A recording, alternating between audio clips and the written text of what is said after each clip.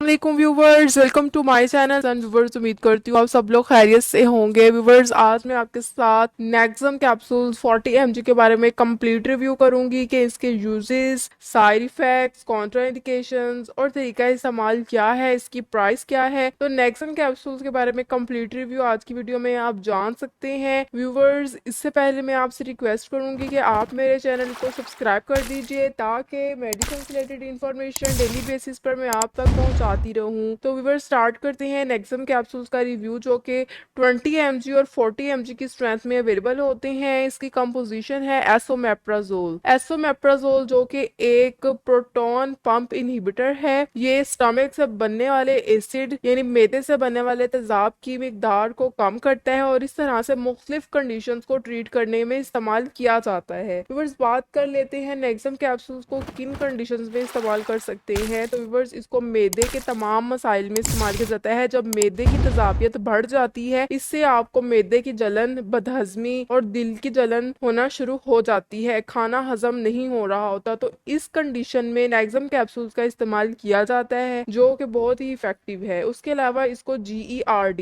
यानी गैस्ट्रोएसोफेगियल reflux diseases में इस्तेमाल किया जाता है। उसके अलावा इसको Zollinger Allison syndrome, Zollinger Allison syndrome viewers, ये एक ऐसी कंडीशन होती है जिसमें मैदे की तेजाबियत बहुत ज़्यादा बढ़ जाती है, बदहजमी हो जाती है और आपको बहुत ज़्यादा खट्टी डिकारें आती हैं, आपको दिल की जलन होना शुरू हो जाती है, खाना खाएं हजम नहीं होता। तो इस कंडीशन में भी एसोमेप्राजोल इस्तेमाल की जाती है। ज़ोलिंगर एलिसन सिंड्रोम में बहुत ज़्यादा इफेक्टिव है। उसके अलावा आपने बहुत ज़्यादा स्पाइसी फूड खा लिया है और फिर उसके बाद आपको जलन हो रही है, मैदे की जलन हो रही है, पेट में दर्द हो रही है, बदहजमी हो गई है, आप तब भी इसका एक कैप्सूल इस्तेमाल कर सकते हैं। आपको 20 से 25 मिनट के अंदर अंदर इसके इफेक्ट नज़र आ जाएंगे। आपकी बदहजमी ख़त्म हो जाएगी, जो दिल की जलन है, मैदे की तेजाबियत है, वो कम हो जाएगी। उसके अलावा इसको मैदे के अल्सर में भी इस्तेमाल किया जाता है, क्योंकि ये मैदे से बनने वाले एसिड को कम करता है और इस तरह से स्टमक एसिडिटी को ख़त्म करता है। तो व्यूअर्स, ये थे इसके तमाम बेनिफिट्स। अब बात कर लेते हैं इसकी पैकेजिंग के बारे में। तो व्यूअर्स, एक गेट्स फार्मा कंपनी की प्रोडक्ट है। आपको पता है गेट्स फार्मा बहुत अच्छे प्रोडक्ट्स बनाती है। इसके एक पैक में 14 कैप्सूल्स होते हैं, जिसकी प्राइस है 380 रुपए और ये आपको किसी भी मेडिकल स्टोर से इजीली मिल जाती है। व्यूअर्स, इसके साइड इफेक्ट्स की बात कर लेते हैं। तो व्यूअर्स, इसके कुछ कॉमन साइड इफेक्ट्स हो सकते हैं अगर आप इसका ओवर यूज कर रहे हैं या आप इसको लॉन्ग ड्यूरेशन के लिए इस्तेमाल कर रहे हैं, तो आपको कुछ साइड इफेक्ट्स का सामना करना पड़ सकता है, जिसमें आ जाता है डायरिया,